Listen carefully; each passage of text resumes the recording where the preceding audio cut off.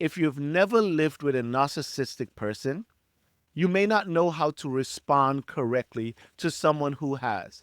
And sometimes when that person is crying out or reaching out, your response could actually be triggering and could actually cause for deeper hurt. If you ever talk to someone and they're telling you about a loved one or person, and they says to you, especially in the case of abuse, my mother, my father, my brother, my sister, if they're telling you that there's another side of that person, please stop saying that person was amazing. That person was great to me. If you have not lived with the person, please offer validation to the person that's telling you about their experience. And I say this with a lot of love and care and grace, understanding that you may have never lived with a narcissist. So you have no idea, absolutely no idea, what people that live inside the house of a narcissistic person go through. So let me educate you. And I'm educating you with all grace. I want to give you a perspective of someone that lived with a narcissistic person, knowing that that person is no longer here. Speaking of my father, great man, hard worker, did so much great. But some of the things that we have to heal from came from a lot of things he did that was abusive. Now, my father was a pastor going back 70s that did a lot of good. I don't know the timeline because I don't know that side of him. I was too young when he was that guy. But you want to hear something crazy? I don't ever remember my dad as this great pastor. I probably have one or two pictures in my brain of him being on the pulpit, but it's very, very vague. There's no detail. But the version of him I knew was not nice. And he was a narcissistic person and he was aggressive and violent. And those are just traits that he had that he displayed. It's the truth. It's not bad talking him, it's not killing his legacy. It's speaking my truth and the truth. That doesn't take away the great things that he did. That doesn't take away the hard worker that he was. Listen, two, three, four things can be true. And we need to stop trying to create narratives around what we want to believe and then dismiss truth. Because narcissistic people are very good at protecting their image, the people that are closest and that live with narcissistic people are usually the ones that suffer. Everybody else experience outside of that home may be great because image is everything for the narcissist. So your experience with them, if you haven't lived with one, may have been always there when I needed that person. What a great person. Could always count on them because their image and how they appear to others took precedence over everything. Let me just talk from experience. When I'm talking about my father who's no longer here, and I'm giving someone a perspective about what I went through, if you cannot find 1 second to say, I'm sorry, I didn't realize that. 1 second to say, oh, it's okay to say, I never saw that side, but I'm sorry. Thank you for telling me that. That must have been a horrible experience. I could tell you in all honesty, in my journey, as I began to come out and speak on some truth, I can count on one hand. I can even bring down some fingers, maybe on a couple fingers, the amount of people who called or reached out and said, I didn't realize it. He was such a great person to me and he was helpful. But you know something? I didn't know that you guys went through that. I'm sorry that you guys had to go through that. Wow, I really wish I knew, right? Everybody else that I've spoken to, I had to sit there and listen to what a great man he was. And I'm like, yeah, but like, are you not listening? Did, hello? Have you not some, hello? You understand? It will make the person almost feel like you're invalidating their experience. Now, mind you, people that have lived, right? You got your, the outside people may have gotten 5 minutes here and an hour here and 2 hours there. But to not have or show any sympathy for the people that have lived, suffered, been abused, to me is crazy.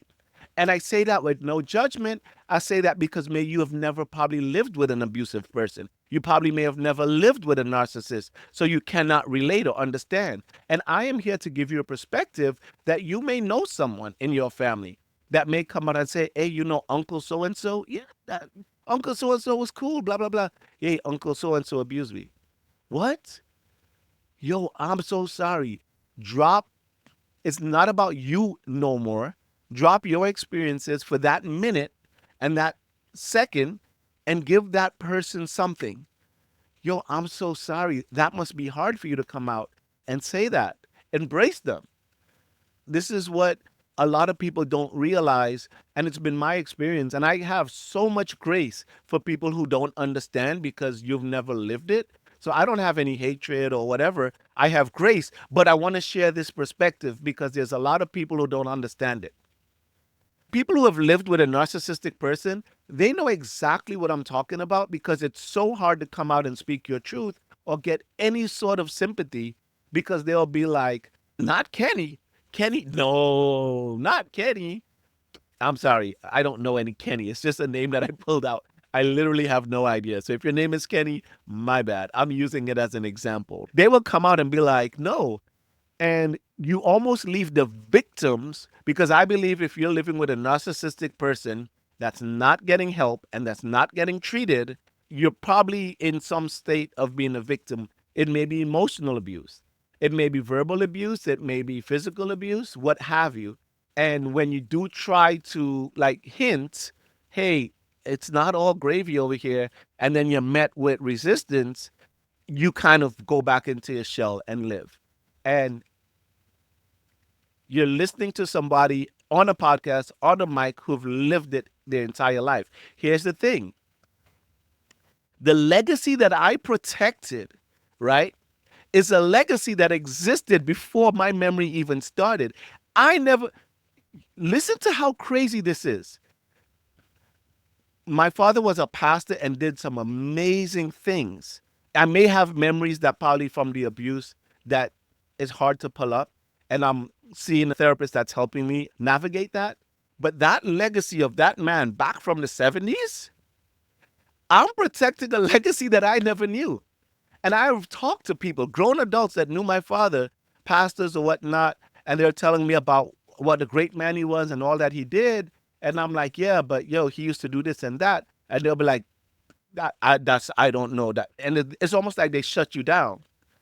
And then it's, you almost like, you know what, forget you. Because if you can't take 5 minutes out of your, I want to get hot and say words like selfish or whatever, but I can't. I have to be gracious because I understand that they may, one, be a narcissist themselves, or two, they may not know what that experience is like.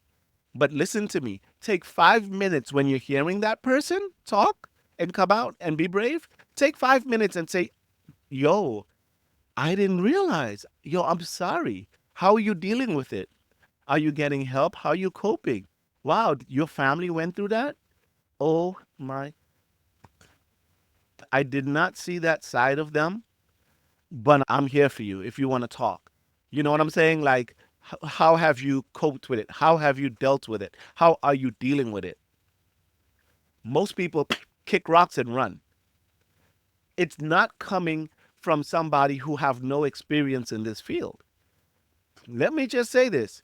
I honor my father in every way in the things that he did, the hardworking man, the man that, and when I say hardworking, nobody worked harder than my father. Nobody on the face of this earth.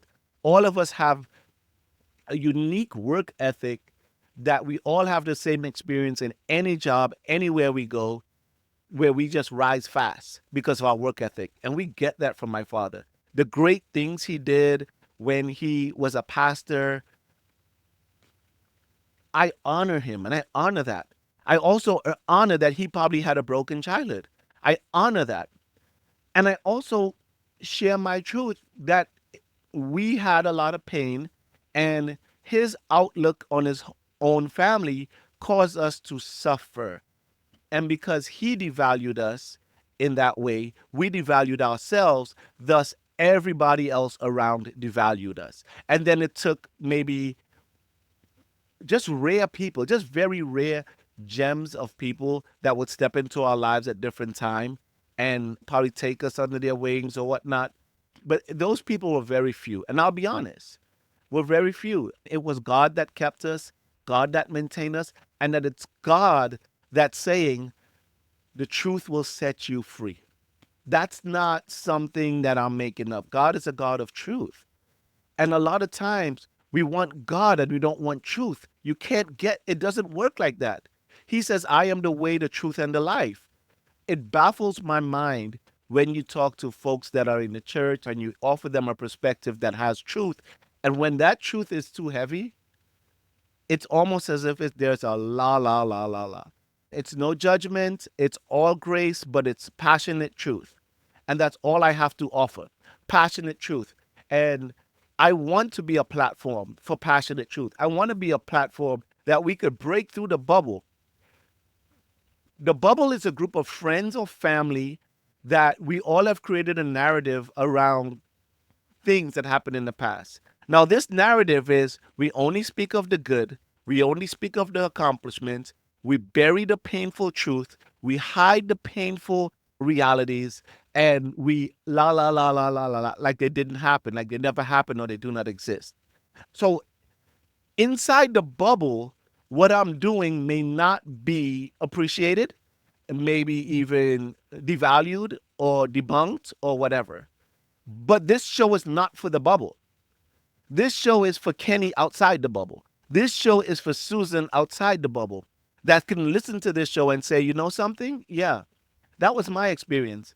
I lived with a narcissist. I'm living with a narcissistic person and I feel stuck. I want to scream, but if I scream, everyone will look at me like I'm the crazy one. For the Kennys and the Susans out there, I see you. I hear you.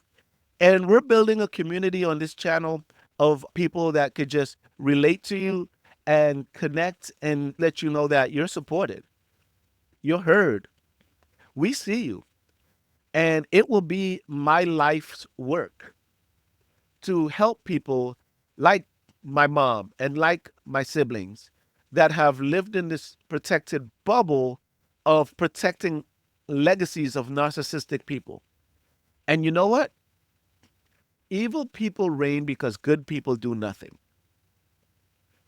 And I'm not sitting here calling my dad an evil person, but some of the things he did was evil. And it's okay to say that. Guess what? Some of the things I did was evil. And the difference is the ability to come on the mic and just take accountability. That ability to take accountability and not take accountability in a way that you could say, oh, look at me, I'm doing this great thing. No, my accountability is repentance before God. My accountability is apologizing to my kids and my wife and people that I may have hurt. That's my accountability.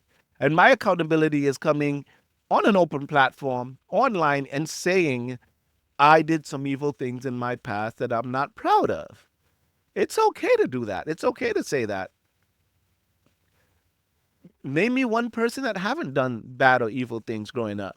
So that's the difference.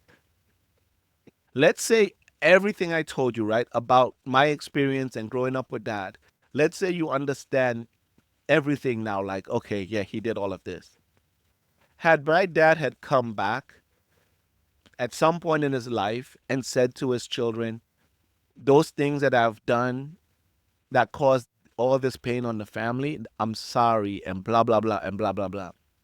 This podcast would feel so different because it would be me telling a story of, oh, these were the things my dad did. And man, but I got healing because he came back. So unfortunately, that's not how the story went. But it's okay to speak my truth because by the grace of God, before my father passed on, he was able to apologize to my mom. He apologized to my mom, but never really made amends to the children. And that's the thing. That's the truth and that's the story. And everything else about him, we honor. And it's okay to honor the good and heal from the past. And healing from the past is about moving on. When people say to me, drop the past and move on, because you can't move on when you're holding on to the past. Let's reverse that. You cannot move on if you haven't healed from the past. And in order to heal from the past, you have to go into the past and dig it up. And I want to take this message into a lot of people, a lot of podcasts, a lot of shows, a lot of influencers talking about you got to let go of the past. You got to let go of the past. Yes, we are stuck in the past. We can't let go of the past because we're not addressing it. You cannot truly heal from the past if you haven't dug it up. It will cause you to rot away. Go back on this page and look on the episode about rot, ROT. It will give you a perspective that will blow your mind. You cannot heal from the past if you don't confront the past. You cannot heal from the narcissistic people, the wicked treatment, and the bad things that were done if you don't acknowledge it, heal from it, move on, forgive. That's how you truly move on. That's the healing I'm getting. I've always forgiven my dad. Always. This episode and all of my podcast has nothing to do with unforgiveness. It has everything to do with healing. And there is a difference. So those of you that are watching this show that have never lived with a narcissistic person, please take this advice to heart. If anyone ever come to you to tell you about their experience with a lived person that they lived with, and to you that person was a superhero, please, please, please put your experiences aside and meet that person where they are, especially if they're in a season of bravery, finally coming out and giving you truth. Meet them where they are and put your experiences aside, because it's not about you anymore. It's about that person who lived with the person that was the narcissist. So I hope this brought clarity and insight. Again, my name is Paul Larry. This is the Paul Larry Podcast. Be blessed.